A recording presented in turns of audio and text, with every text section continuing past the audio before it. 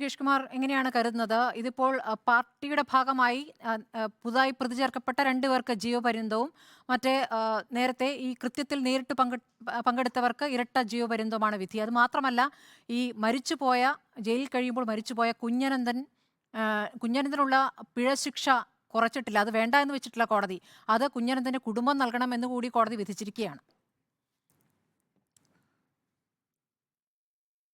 തീർച്ചയായും ഇത് 2024 ലോക്സഭാ തെരഞ്ഞെടുപ്പിന് തൊട്ട് മുമ്പാണ് TP കേസിൽ ഹൈക്കോടതിയുടെ അപ്പീൽ ബെഞ്ച് വിധി പറഞ്ഞിരിക്കുന്നത് എന്നുള്ളത് സ്വാഭാവികമായും വടകര ലോക്സഭാ സീറ്റിലെങ്കിലും ഏറ്റവും കുറഞ്ഞത് UDFും RMPയും ഉയർത്തും എന്ന കാര്യത്തിൽ നമുക്ക് തർക്കമില്ല.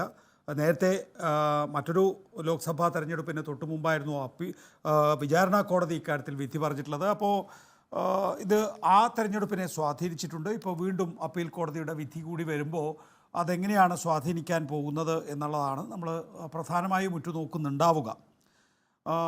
നോക്കൂ, ഇതിനകത്തുള്ള ഏറ്റവും പ്രധാനം ഇവർക്ക് ശിക്ഷാ ഇളവ് നൽകരുത് എന്നുള്ളതാണ്.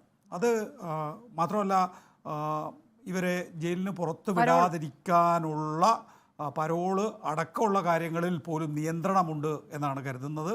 അല്ലെങ്കിൽ അങ്ങനെയാണ് വിധി വരുന്നത്. അത് ഈ കേസിനകത്ത് കോടതി എത്തിച്ചേരാൻ ഉണ്ടായിട്ടുള്ള സാഹചര്യം എന്ന് പറയുന്നത് ഈ പ്രതികൾ പരോളിൽ പുറത്തേക്ക് പോവുകയും സാധാരണ ജീവിതം നയിക്കുകയും ചെയ്തു എന്ന് മാത്രമല്ല, കൊട്ടേഷൻ സംഘങ്ങളായി ഇവർ പരിണാമം ചെയ്യപ്പെട്ടു എന്നുള്ളതുമാണ്. TP ചന്ദ്രശേഖരൻ വധം യഥാർത്ഥത്തിൽ TP ചന്ദ്രശേഖരൻ വധത്തിൽ മാത്രമായി നിൽക്കുകയല്ല ചെയ്തിട്ടുള്ളത്. അതിൽ നിന്ന് ഒരു ഭയം രൂപപ്പെടുത്തിയ ഒരു കൊട്ടേഷൻ സംഘത്തിൻ്റെ രൂപീകരണം ഇതിനിടയിൽ നടന്നിട്ടുണ്ട് എന്നുള്ളതാണ്. അതിന്മേലുള്ള കോടതിയുടെ ശക്തമായ ഇടപെടലാണ് ഈ പരോളിന്മേലുള്ള നിയന്ത്രണം എന്നാണ് ഞാൻ മനസ്സിലാക്കുന്നത്. അത് വളരെ പ്രധാനപ്പെട്ടതാണ്. നേരത്തെ ഉണ്ണി ഇവിടെ ചൂണ്ടിക്കാണിച്ചതുപോലെ ഇത് കൊലപാതകികൾക്ക് മാത്രമല്ല ആസൂത്രകർക്കുമുള്ള മുന്നറിയിപ്പാണ്.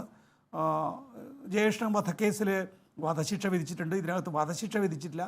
പക്ഷേ വധശിക്ഷയേക്കാൾ ശക്തമായ വിധി ആജീവനാന്തകാലം പരോളില്ലാതെ തടവിൽ കിടക്കുന്നത് തന്നെയാണ്. അതുകൊണ്ട് TP ചന്ദ്രശേഖരൻ്റെ വധം നമുക്കറിയാവുന്നതുപോലെ വളരെ മൃഗീയവും പൈശാചികവുമാണ്.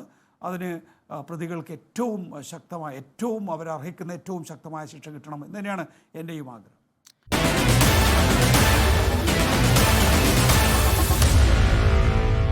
Meet the editors.